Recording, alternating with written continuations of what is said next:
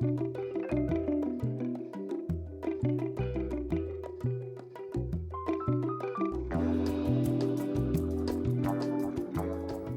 noite. Há 80 anos, foi publicada uma das obras mais importantes para entender o Brasil.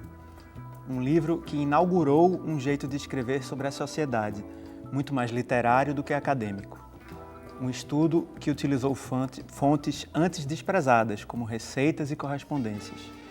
Um manifesto que derrubou ideias racistas e valorizou nossa matriz africana, mas que é até hoje criticado por ideias como democracia racial e o elogio à colonização portuguesa. Estamos falando de Casa Grande e Senzala, de Gilberto Freire. No Opinião Pernambuco de hoje, vamos conversar sobre a importância dessa obra 80 anos após sua primeira publicação.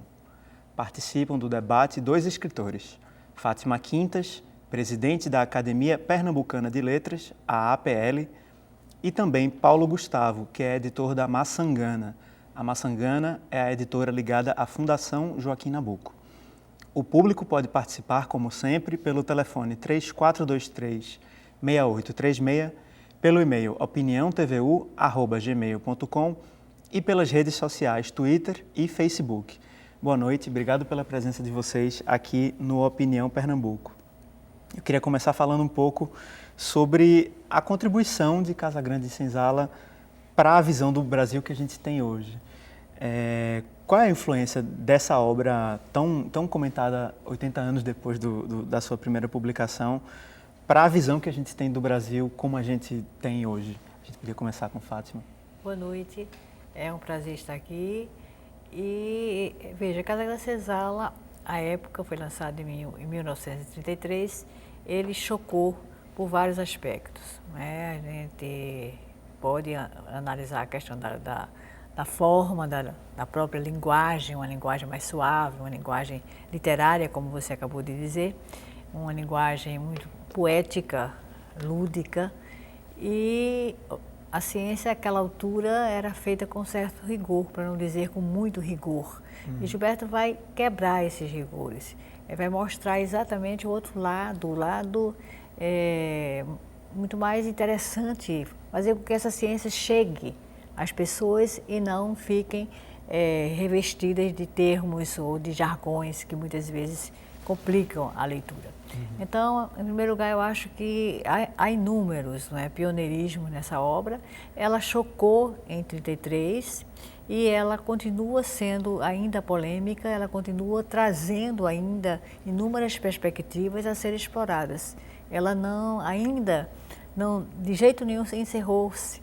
Entende? Casa Grande e Senzala parece que ela se multiplica dia a dia, justamente buscando entender através de novos ângulos, através de novas perspectivas, que Gilberto sempre foi esse homem, um homem plural, na medida em que buscava realmente essa diversidade. Talvez um sintoma bem mercadológico disso seja o fato de que o livro teve tantas edições e continue a ser editado, né? Eu tenho até a minha edição dele, é a edição mais recente, que acho que é a edição de número 51. 51, exatamente. E ele ainda está, acho que já na 7ª reimpressão, ou seja, já tiveram 51 edições de Casa Grande e Senzala desde então. Eu vou pedir ao pessoal para mostrar a capa dessa última edição, que está aqui.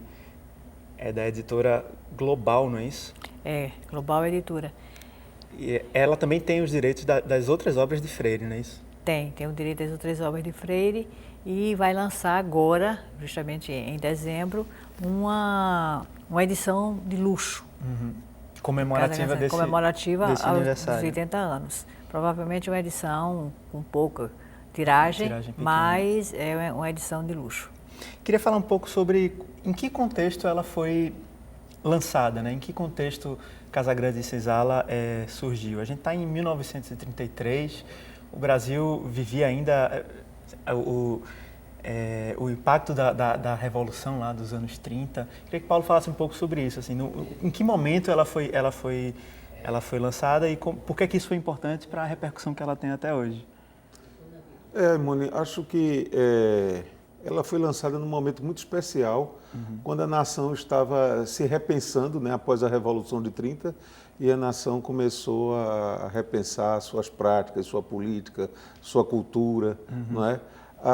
Um pouco antes... Seu passado também? O passado, exatamente, né? Então, essa busca por uma compreensão do país, né? Pelos destinos do país, uma nação em busca de si mesma, né? Em busca de sua identidade, né? Então, ela surge num momento assim. Há poucos anos antes havia sido lançado um livro que causou polêmica, que hoje ainda é um livro muito lido, que é o Retrato do Brasil, né, Fátima? É de 28, Paulo Prado, 28, né? E que dizia, tinha aquela história, olha, numa terra, começa assim, né? Numa terra radiosa, vive um povo triste, né? Então a cobiça, a luxúria, o exílio, né? Tudo isso contribuiria para o Brasil, né? Para não dá muito certo, né? Ter coisas. Então havia esse, como diria Nelson Rodrigues anos depois, né?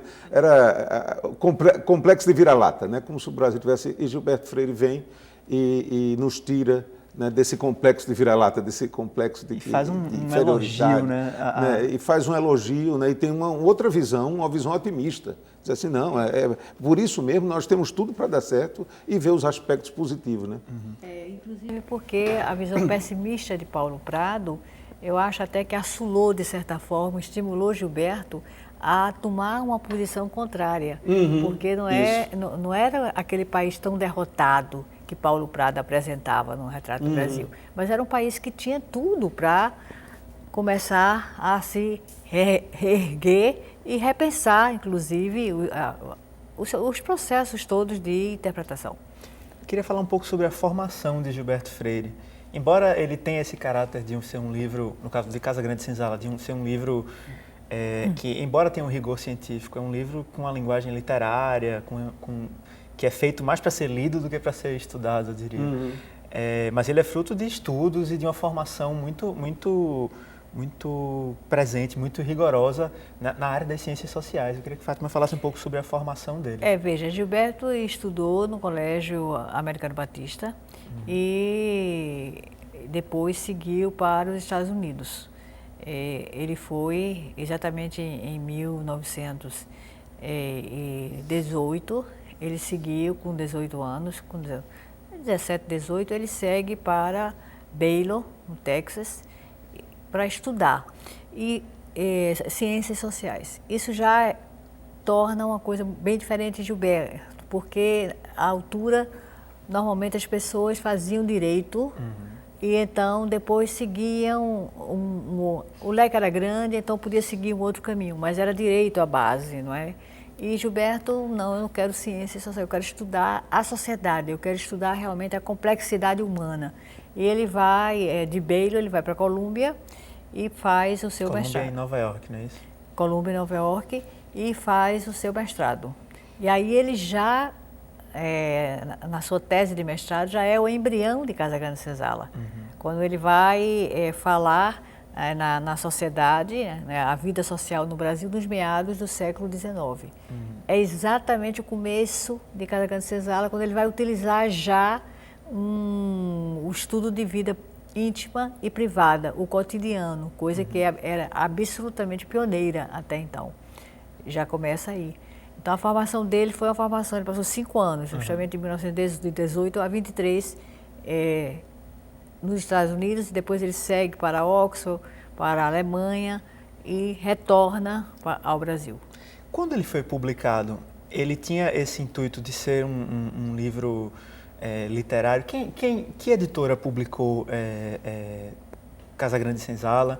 Como era mais ou menos a tiragem? Era uma tiragem ampla desse livro? Ou era uma coisa mais íntima? Ou ele, ao contrário, já tinha essa pretensão de que o livro se tornasse uma interpretação inovadora e amplamente conhecida do Brasil?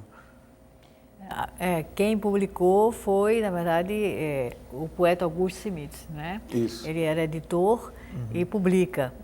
E Gilberto ele tinha uma consciência de que estava lançando alguma coisa inovadora. Isso eu creio que sempre passou pela cabeça dele. Ele diz, inclusive, que Casa Grande Senzala estava dentro dele de tal maneira que precisava sair, desejava sair. E saiu assim, foi como uma catarse. Tanto que ele chamou o Casa Grande Senzala de uma autobiografia coletiva. Veja que contraponto interessante, que insight ao mesmo tempo interessante. Quer dizer, uma autobiografia é aquilo em que ele está dentro também. Ele participa da obra, ele também é espelho naquela obra. E coletiva porque, ao mesmo tempo, a coletividade era ele também.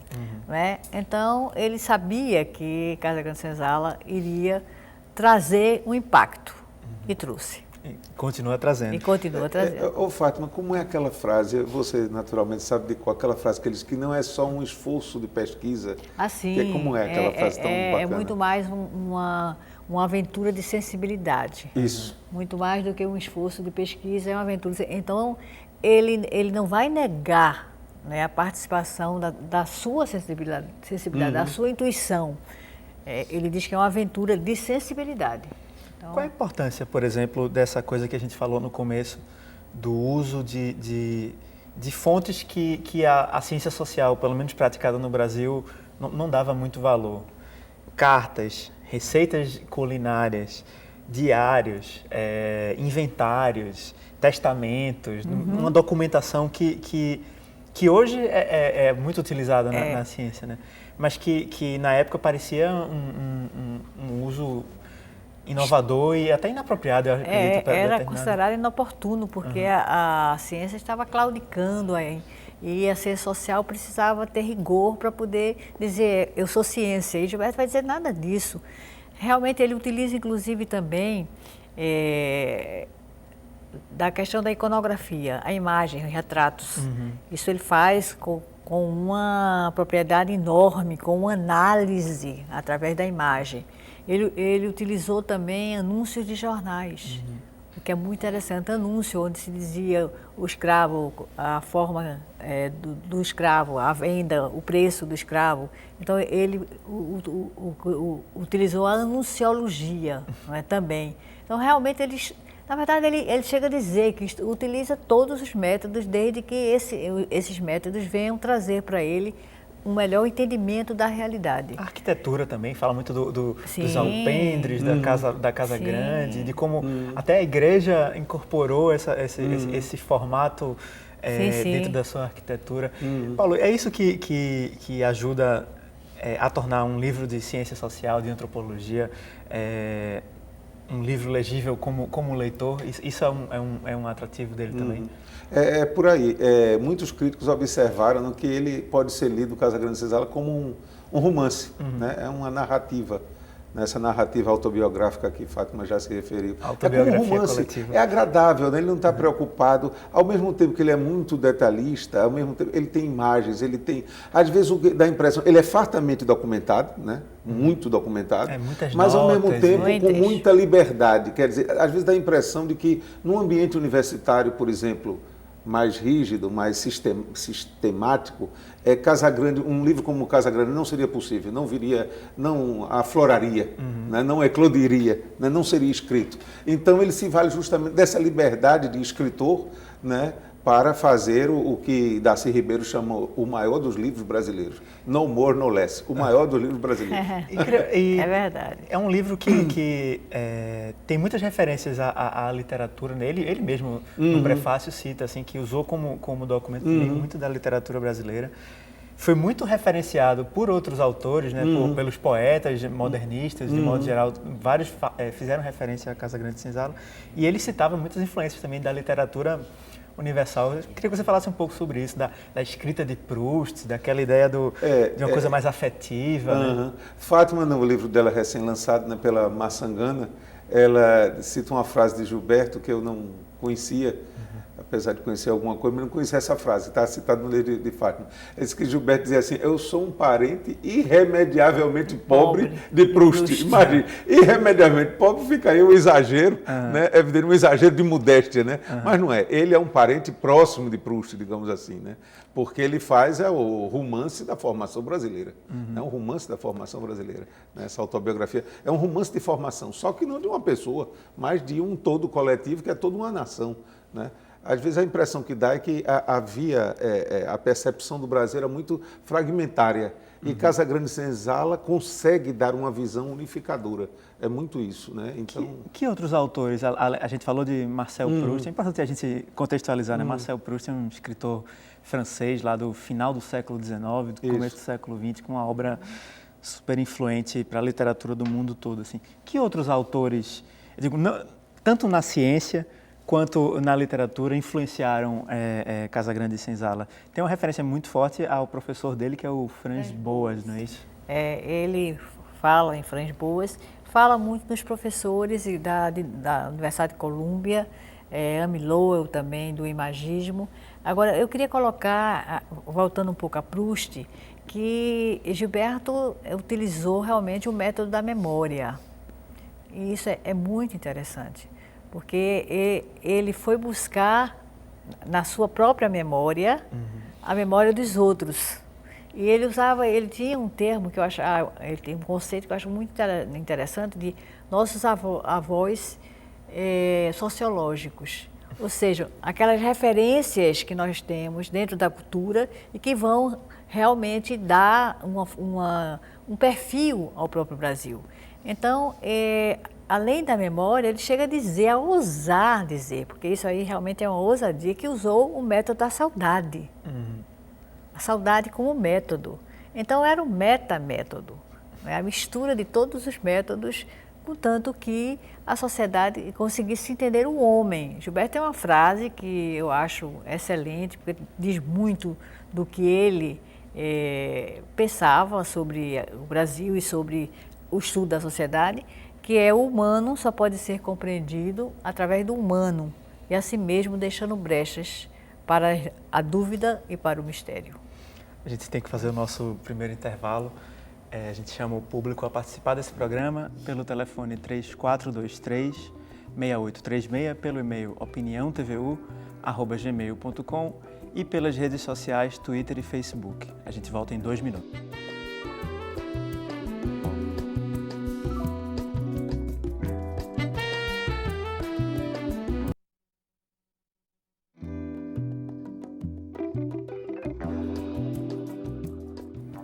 De volta com a Opinião Pernambuco, o tema de hoje são os 80 anos do livro Casagrande e Senzala, de Gilberto Freire. Temos 2 escritores no programa de hoje: Fátima Quintas, que é presidente da Academia Pernambucana de Letras, a APL, e também Paulo Gustavo, que é editor da Maçangana. A Maçangana é uma editora ligada à Fundação Joaquim Nabuco. O público pode participar pelo telefone 3423-6836, pelo e-mail opiniãotvu@gmail.com e pelas redes sociais Twitter e Facebook. A gente falava de Casagrande e Senzala, do impacto dessa obra para a ciência, para a literatura e para a visão que a gente tem do próprio Brasil.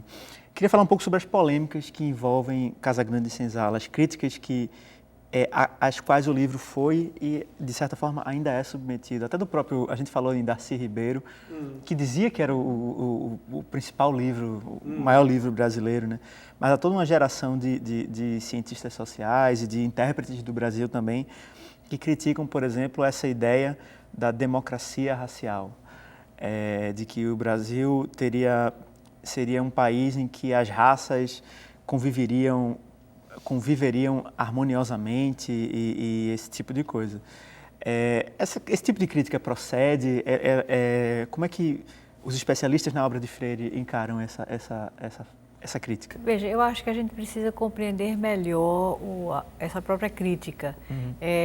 Gilberto sempre falou que nunca existiu, não existiria e nem não existirá, ele sempre dizia isso, talvez até num exercício de futurologia, a ideia de uma democracia absoluta. O que ele procurava falar, o que ele procurava dizer era a interpenetração dessas raças, provocando uma atitude não de uma resistência, não houve apartheid no Brasil, por exemplo, não é? Mas de uma convivência. Mas ele nunca negou a tragédia, o trauma, inclusive a expressão é dele, o trauma da escravidão. A escravidão é um trauma do brasileiro. Então, é preciso a gente entender o contexto em que ele coloca as coisas. Ele quer dizer que há uma convivência boa entre as raças, e tanto que o Brasil se tornará, ele dizia sempre, um país miscigenado.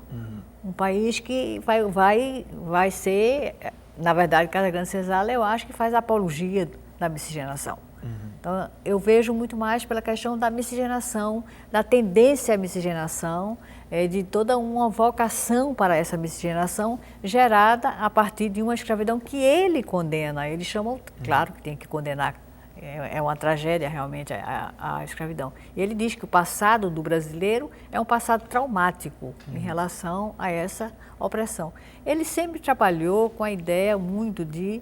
ele se dizia um conciliador de contrários. Então, ele trabalhava com as oposições, buscando Casagrande, Senzala, Sobrados e Mucambos, aventura e rotina, ordem e progresso, sempre uma ideia de oposição, porque ele dizia que o paradoxo era, para o homem,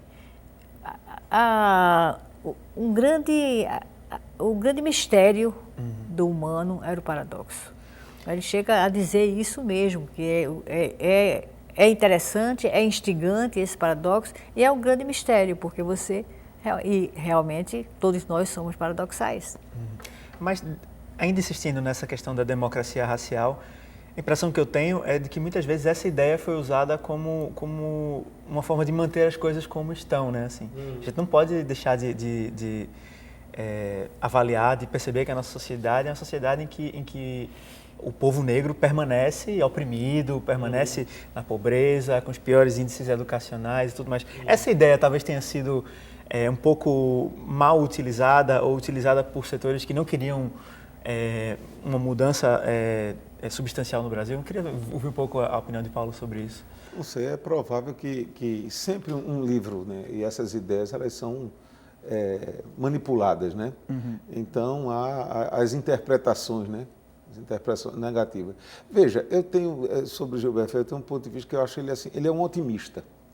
Né? E o otimista, ele não pega a faca pela lâmina, ele pega pelo cabo. Porque ele sabe que se pegar pelo lado da lâmina vai se cortar. Né? Então, Gilberto, ele é otimista, ele tem um olhar generoso, né, dessa perspectiva. Agora, isso, ele não, como Fátima lembrou, com isso ele não negava. Para quem souber ler, está tudo dito lá com todas as letras de Casagrande Senzala. A crueldade, claro, a distinção de classe, né? Não se pode negar que há e houve muito preconceito no Brasil, mas não chegou a ser um apartheid, não isso é muito diferente. Né? Quando se vai para a cama, a coisa da sexualidade, que aliás o Paulo Prado já havia notado, né, aproximou as raças, né? Porque com a sexualidade veio a reprodução, veio o mulatinho, veio o menino, né? veio de uma forma, digamos assim, um tanto patológica, digamos assim, né? Um tanto, né, Fátima, um tanto mórbida, um tanto, né, nada, né? Mas foi isso aí que possibilitou, digamos, o próprio surgimento brasileiro. Veio pela violência, né? Assim, veio pela violência. Pela violência, não se nega isso. Estranhamente deu continuidade, quer dizer, realmente essa interligação continuou. Agora, eu acho que há uma frase de Nabuco, fantástica, de Joaquim Nabuco, que explica muito o que hoje ainda existe, não é? Quando Nabuco diz, não basta acabar com a escravidão. É importante acabar com a obra da escravidão. Então, Nabuco foi contra a forma da abolição. Ele considerou a abolição uma abolição incompleta, porque justamente o que gera é isso, a distorção, quer dizer, o oprimido continuou oprimido pela sua situação social.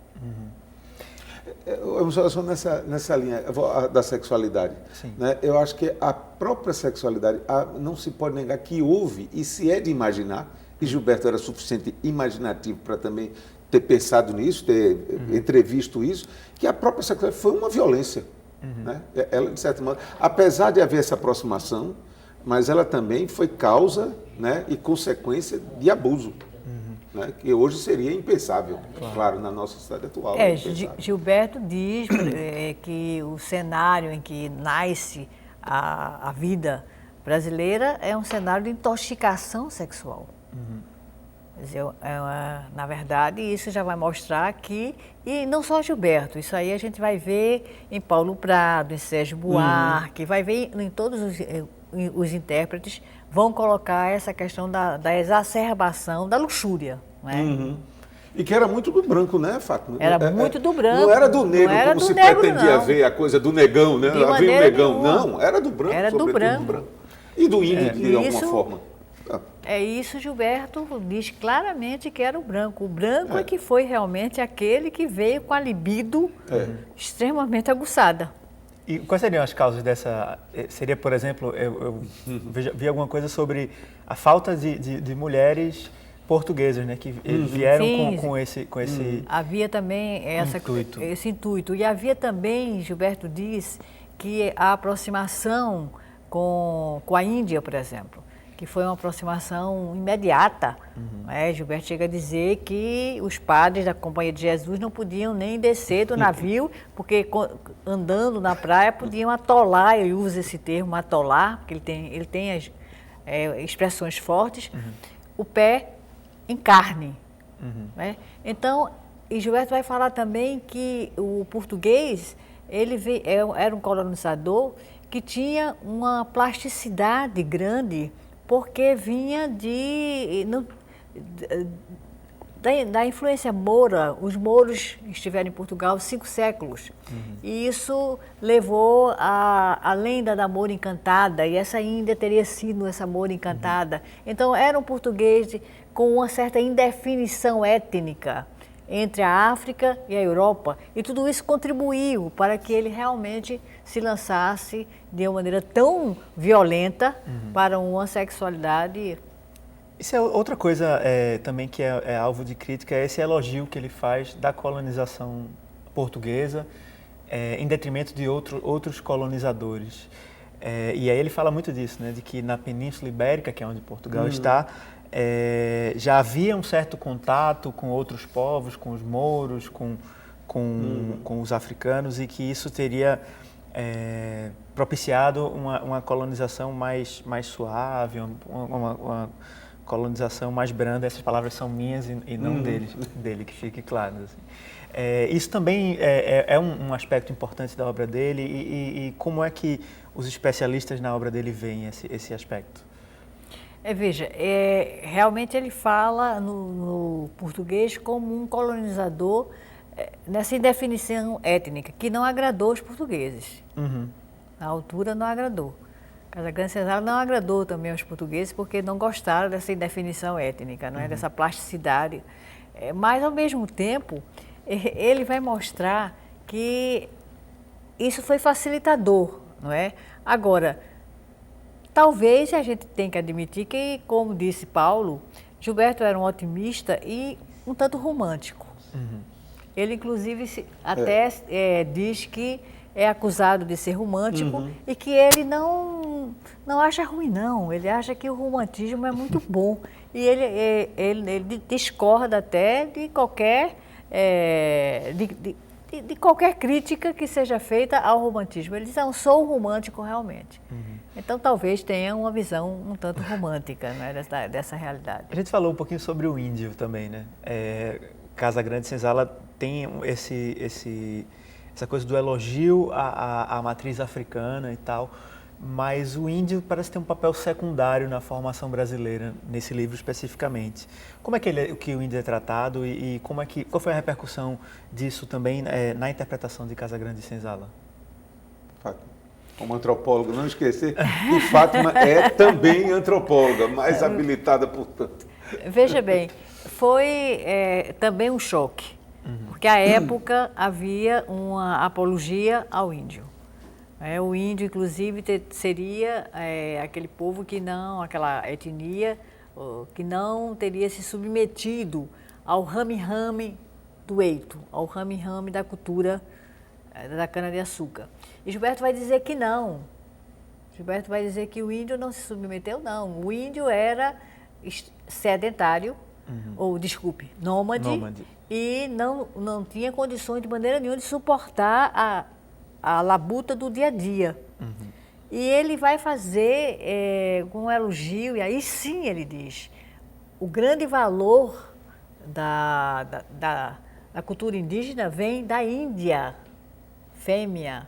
Essa sim que passou todo o momento trabalhando o cotidiano, a rotina, pronta para receber o seu macho quando chegava, mas essa que deu continuidade à cultura, essa que repassou, porque a cultura precisa realmente de uma regularidade, senão ela não chega, ela não chega a se formular no ethos.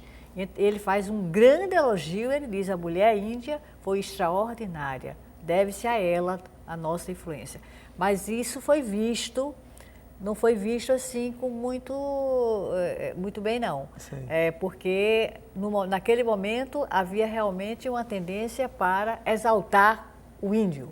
E ele vai exaltar o negro, tanto que ele dedica 2 capítulos de Casagrande Senzala, são 5 capítulos, 2 dedicados ao negro, 1 ao índio e 2 dedicados ao português.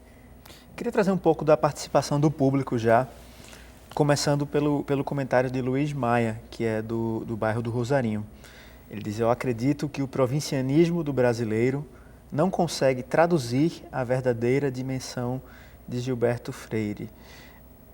Vocês concordam com isso, que há um problema em relação a isso? Eu concordo, Emone. Eu acho que o Luiz Maia ele tem uma certa razão. É preciso imaginar que hoje, se mencionar isso, que Casagrande Senzala e Gilberto Freire é um dos autores brasileiros mais traduzidos. Né? Então, Casagrande Senzala é traduzido para o japonês, para o espanhol, para o inglês, para o alemão, enfim. E não é à toa, a gente sabe, né, quem da área sabe muito bem, que não é à toa que se traduz um autor para outro país e que se tem acolhida nos outros países. É preciso esse autor interessar um outro povo, interessar uma outra cultura. Não é assim, vou traduzir. Não, aquilo ali não repercute nada. Ao contrário, Gilberto Freire logo repercutiu. Então, um livro que parecia apenas que diz respeito a gente, à história do Brasil, aquilo ali tem um apelo, né? Um apelo narrativo, um apelo metafórico, um apelo até mítico, como Fernando Henrique Cardoso lembra, falando de Casagrande Senzala, que causa uma impressão forte no outro povo. Né? E daí essa coisa de ser tão traduzido. Inclusive, ele foi prefaciado por grandes pensadores, né? Assim, acho que Roland Barthes. Roland Barthes, inclusive Roland Barthes diz uma coisa que eu acho que procede. Ele diz que a França não tem uma obra como Casagrande Senzala. Nossa. Chegou a dizer isso. Quer dizer, o francês não tem uma obra como Casagrande Senzala. Uma obra tão forte em memória, em múltiplas metodologias, uma busca quase completa da vida, do cotidiano, que a França não tem. Então, chega a dizer isso. Como Paulo diz, se uma obra que repercute lá fora, Gilberto dizia isso, disse muitas vezes a mim, e talvez tenha dito a Paulo também. Não, você conviveu mais com ele. Era muito mais conhecido lá fora do que aqui. Isso é impressionante. Eu gosto muito de uma frase do Zé Guilherme Merquiol, que ele diz assim, porque o Maia fala no provincianismo, ele diz assim, isso. Um jequitibá nasceu no nosso quintal. Imagina, você tem um quintal, gramíneas, capim, aquela coisa, aquelas plantinhas, né? o ramerrão, aquela coisa cotidiana. De repente brota um jequitibá, né? Alto, tronco, você simplesmente não se entende aquilo. Então, hoje, ainda não há unanimidade, mas praticamente um livro canônico, tornou-se um livro canônico. Agora, na época, claro, não se compreendeu, também foi muito criticado e tal, mas é um livro que está cada vez mais se impondo ao passar do tempo. Né? Nessa linha... Não, por favor. Não, diga. Não, eu acho que, inclusive, Gilberto está sendo muito resgatado no momento. Há um resgate a Gilberto Freire imenso. Não é toda aquela antiga... Tem algum motivo específico, sei lá, algum aspecto da obra dele que só agora veio à tona? Não, ele foi silenciado na época da ditadura. E Nelson Rodrigues, quando era vivo, disse: é o silêncio que mais poderia causar espanto no país, porque ele foi realmente patrulhado, porque, curiosamente, o marxismo, digamos, teve uma grande voga, paradoxalmente, na época da ditadura militar. Mas também e Gilberto ele teve ficou... e também é o caso dele ter apoiado o golpe. Isso aí é inegável. Né? Claro, mas se deve separar a obra do homem da obra, o cidadão. Né? O Proust dizia, né? O eu que escreve é um outro eu. É tal história. É verdade. Então, agora, claro, ele apoiou o golpe, viu como muita gente, o golpe foi civil e militar. As pessoas muitas vezes dizem: foi o golpe militar, Não, o golpe foi civil e militar. Teve um grande parte do apoio da sociedade civil e entre os intelectuais o PFL apoiou. Isso não há nenhum problema. Agora, por conta disso, ele também foi muito patrulhado e agora se volta a se fazer esse resgate porque foi injustiçado. Quer dizer, uma inteligência brilhante que, inclusive, não se circunscreve à Casa Grande Senzala, que foi silenciado por muito tempo. A gente vai fazer outro intervalo. A gente chama o público a continuar enviando perguntas e comentários para o telefone 3423-6836, também pelo e-mail opiniãotvu@gmail.com e nas redes sociais Twitter e Facebook. A gente volta em 2 minutos.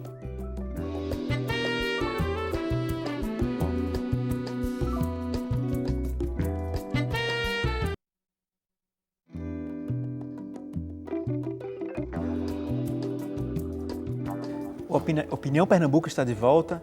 A conversa de hoje é sobre os 80 anos de Casa Grande e Senzala, de Gilberto Freire. Ainda dá tempo de participar do programa pelo telefone 3423-6836. Você pode tentar também o contato pelo e-mail opiniãotvu@gmail.com e pelas redes sociais Twitter e Facebook. Queria trazer outro comentário do nosso público, que é o de Expedito, que é de Barra de Jangada. E é um pouco na linha do que a gente falava no bloco anterior. Por que Casa Grande e Senzala é um livro tão restrito? Creio que a grande maioria da população não tenha conhecimento de sua importância. Embora a gente esteja falando de um livro que é um cânone, que é uma referência para a interpretação do Brasil, a gente está falando também de um livro que para grande parte da população nunca foi lido, né? Assim, que talvez a educação por muito tempo tenha deixado ele passar, né? Isso é uma coisa que é sentida, por exemplo, por vocês que estudam e que tiveram um contato com ele, de que ele deveria ser mais conhecido dentro do próprio país? Assim, sem dúvida. Realmente eu acho que Casa Grande Senzala, ou melhor, Gilberto Freire é um pouco como Proust. Ele que era tão proustiano. Fala-se mais, mas não se lê. Entende? Proust, a gente costuma muito se falar em Proust, mas pouca gente leu A Procura do Tempo Perdido, né? Os 7 volumes. Aqui o nosso querido Paulo é o expert. Mas a mesma coisa acontece com Gilberto e com Casa Grande Senzala. É um livro realmente pouco lido, se remete a ele, mas não se lê. É lamentável, eu acho que o que Paulo falou, não é? Esse momento de silêncio foi um momento realmente muito, eu acho que negativo para o desenvolvimento, para a leitura de Casa Grande Senzala. Depois, como é um livro grosso, você sabe que lamentavelmente, páginas, né? Pois é, 500 e tantas páginas, lamentavelmente os brasileiros não têm ainda o hábito da leitura. De qualquer forma, a gente está fazendo o nosso papel aqui em tentar divulgar um pouco e falar da riqueza e das polêmicas em torno dessa obra. Queria falar um pouco sobre essa questão de raça e cultura. Me parece que uma das grandes inovações de Casa Grande e Senzala e da obra de Gilberto Freire, do ponto de vista sociológico ou antropológico, é o questionar o uso dessa categoria raça, né? Assim, e dar ênfase à questão da cultura, e uma forma de negar aquela tendência que existia no passado do negro como uma raça inferior e pelo contrário, ele vai dizer que o negro, em alguns aspectos, como por exemplo na alimentação, os maometanos eram superiores até aos portugueses, né? Até aos portugueses. Eu queria que Fátima falasse um pouco sobre isso, assim, sobre a importância de sobrepor essa visão racista, eugenista, por essa visão mais culturalista. Veja, essa ideia de juntar a raça com a cultura, não é? De dar um valor muito, muito grande à cultura, advém do mestre dele, Franz Boas. E ele diz isso, né? Que ganhou um prêmio para ele em entender que realmente não há um determinismo. Gilberto não tinha nenhum determinismo. Se fosse, era um homem que não gostava de determinismo. Não há um determinismo de uma raça. Não é a raça que vai determinar, é a mistura da cultura. Uhum. Eu acho que Gilberto, ele sempre pensou nessa ideia de tudo misturado. Uhum. Identidades que dialoguem, sempre buscando essa visão de vamos misturar. Uhum. Então, ele fala isso muito, ele diz, não se pode, na época da escravidão, não se pode falar do negro sem pensar na escravidão. Uhum. É impossível. O negro não era inferior. O que o fazia inferior era o regime escravocrata. Era o sistema social, né? Era a submissão, era a opressão obrigada. Uhum. É o oprimido que não pode falar. Mas então é essa cultura, é esse momento, é essa sociedade, é essa visão híbrida que Gilberto tinha, que vai mostrar que é impossível se pensar numa raça com esse determinismo. Tanto que hoje é mais comum, os antropólogos usam mais e gostam muito mais do termo etnia. Do que do termo raça.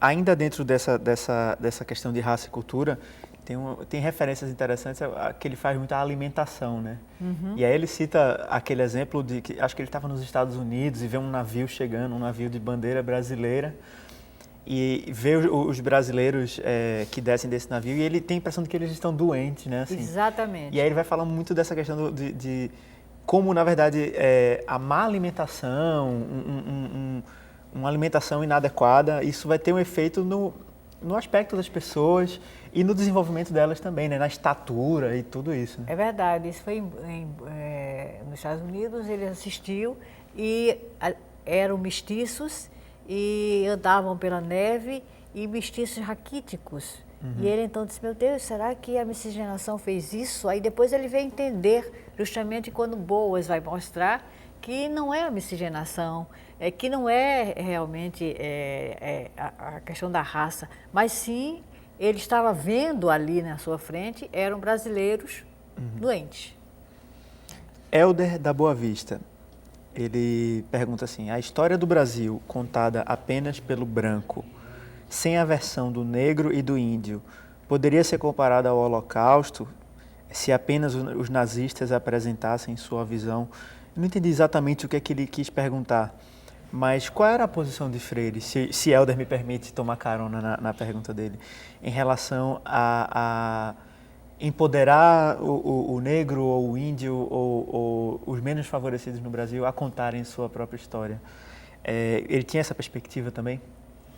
Eu acho que ele nunca negou essa perspectiva, de dizer, ele conta essa história, agora é verdade que ele conta com base no colonizador, mas ele conta essa história, ele conta a história da opressão doméstica, ele conta a história da prostituição, que existiu muito dentro de casa, doméstica também. Então, eu acho que Gilberto narra essa história. O que a gente não pode esquecer que ele narra, inclusive, eu quero aqui fazer um parêntese, Gilberto é o primeiro antropólogo a falar da mulher dentro de uma relação com o sistema. Fernando Henrique Cardoso, sociólogo importantíssimo e ex-presidente do Brasil, diz que Freire tem saudade dos tempos dos avós e bisavós. Assim.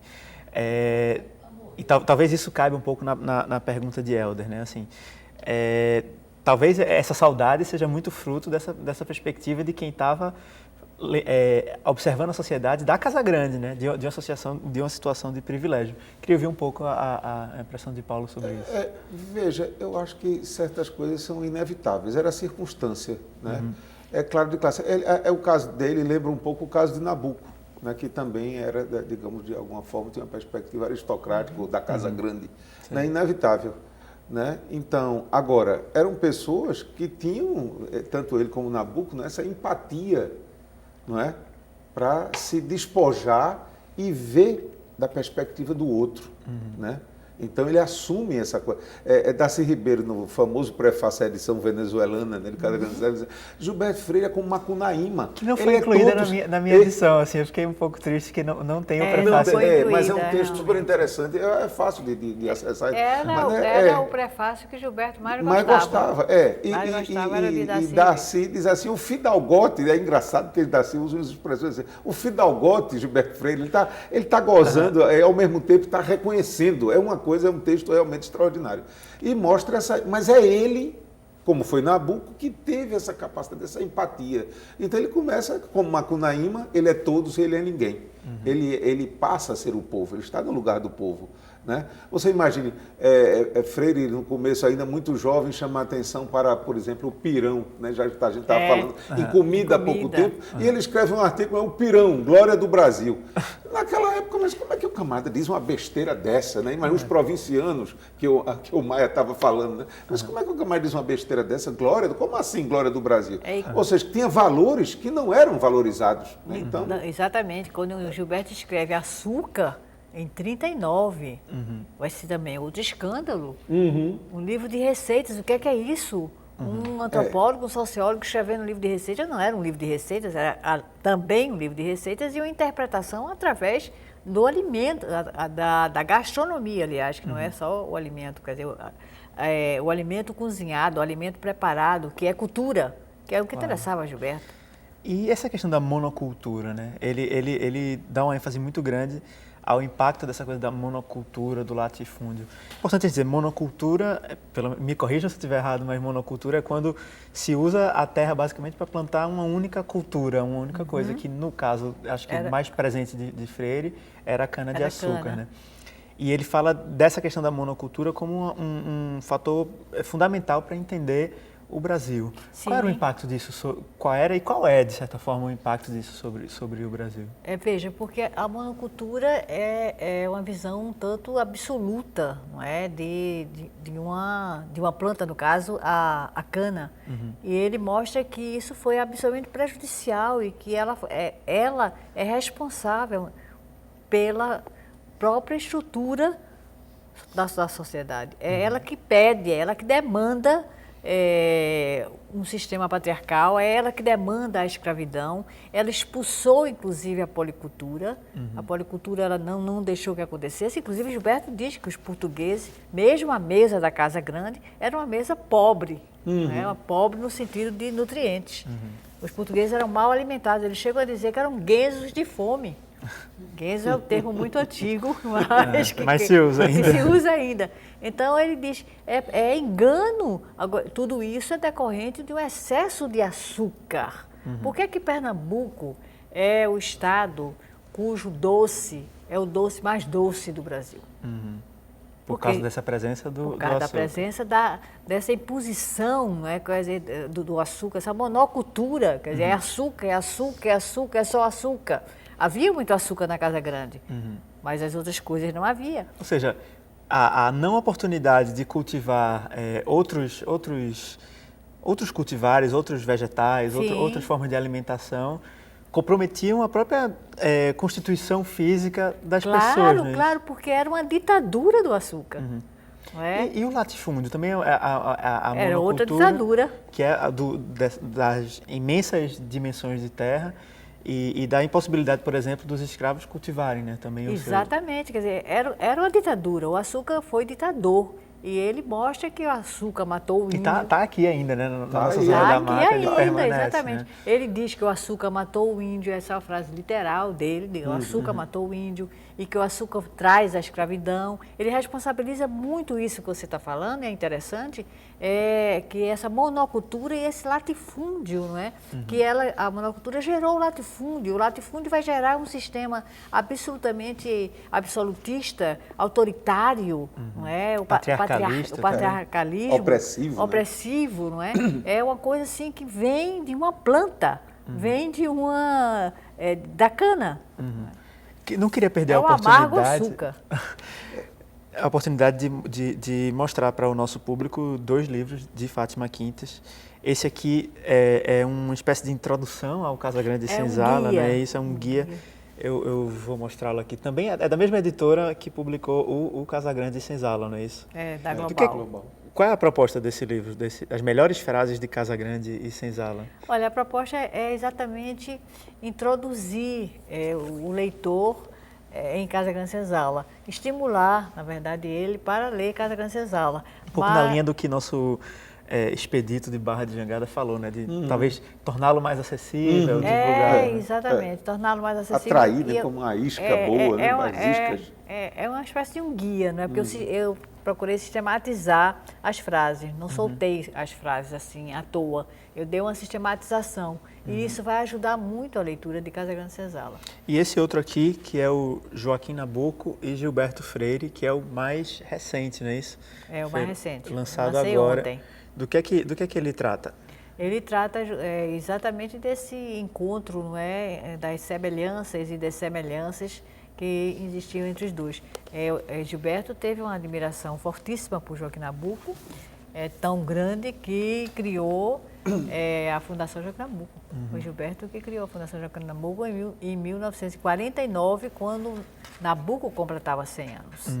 Então, realmente havia uma admiração muito grande e eles se tocam, se aproximam muito, né? Ambos estudavam a zona rural, ambos se interessaram pela escravidão, ambos se interessaram pelo símbolo da identidade nacional, o negro, ambos se interessaram pela miscigenação. Então, havia realmente pontos em comum, então eu criei um face a face. Então tem um elemento ficcional também, assim, no sentido de... Tem, o primeiro capítulo, eu estava comentando com você, não é? É que realmente no primeiro capítulo eu imagino uma cena surrealista, o encontro de Nabuco, de Gilberto com Nabuco, um encontro silencioso, mas comendo torradas num restaurante da Belle Époque. É importante dizer também que esse romantismo de Gilberto advém também de uma Belle Époque tardia que o Brasil viveu. Não é? Então, sem dúvida que eu acho que passa por essa Belle Époque também, um tanto tardia do Brasil. Oi, mãe, licença de dizer alguma coisa sobre esse livro, que ele foi editado pela Maçangana e ele está inaugurando a série Joaquim Nabuco, que é uma série especialmente criada para obras sobre Joaquim Nabuco e do próprio Joaquim Nabuco, né, na editora Maçangana da Fundação. E pode ser adquirido, né, basta ligar 3073 6323. Ele está nas livrarias, no circuito de livrarias tradicional também? Não, no momento ele só está na Fundação Joaquim Nabuco, nas livrarias, nos pontos de venda da Fundação Joaquim Nabuco. Quem quiser pode ir, inclusive, lá na própria fundação, né? Lá Isso, encomendar por e-mail, né, correio eletrônico. Outra coisa que a gente só tem acho que 1 minuto para falar, mas tem outro ponto muito importante da obra de Gilberto Freire e de Casagrande e Senzala especificamente, que é essa coisa da família, né? Assim, ele coloca a família como a estrutura básica econômica do Brasil, né? Assim, e isso teria gerado essa questão do patriarcalismo. Em 1 minuto a gente não vai ter como aprofundar isso. A gente podia dar uma geral do que é que isso significa para o Brasil hoje, assim, como é que isso influenciou a nossa formação. Ele mostra que o Brasil nasce de unidades familiares. Essas unidades é que formaram realmente o Brasil. E claro que isso tem prós e contras.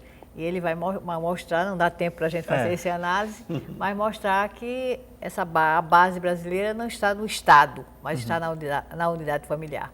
Que a Casa Grande era banco, a Casa Grande era assistencialista, a Casa Grande era hospital, a Casa Grande... Enfim, ali... Até cemitério, né? Cemitério, claro. Os senhores de engenho eram... Sobretudo cemitério, porque eram enterrados juntinhos, colados com a Casa Grande. Ele dizia até que, às vezes, se sentia o cheiro na sala de jantar dos mortos que estavam enterrados ao lado. E fala numa endogamia entre vivos e mortos, que é uma coisa muito interessante. Então, ele vai mostrar que o Brasil nasce dessa Casa Grande. O nosso tempo acabou. Tinha ainda uma pergunta que chegou aqui de última hora para mim, que era de Maria de Lourdes Duarte Silva, sobre Joaquim Nabuco e Gilberto Freire Face a Face, que é aquele livro que a gente mostrou, de Fátima Quintas, e sobre os pontos em comum entre Freire e Nabuco. A gente falou um pouco sobre isso, né? Assim, sobre essa contato que tem entre eles. Quem tiver interesse no livro pode procurar a editora Maçangana da Fundação Joaquim Nabuco. O nosso tempo acabou, eu agradeço pelas perguntas, agradeço pela participação. O Opinião Pernambuco fica por aqui e até o próximo programa.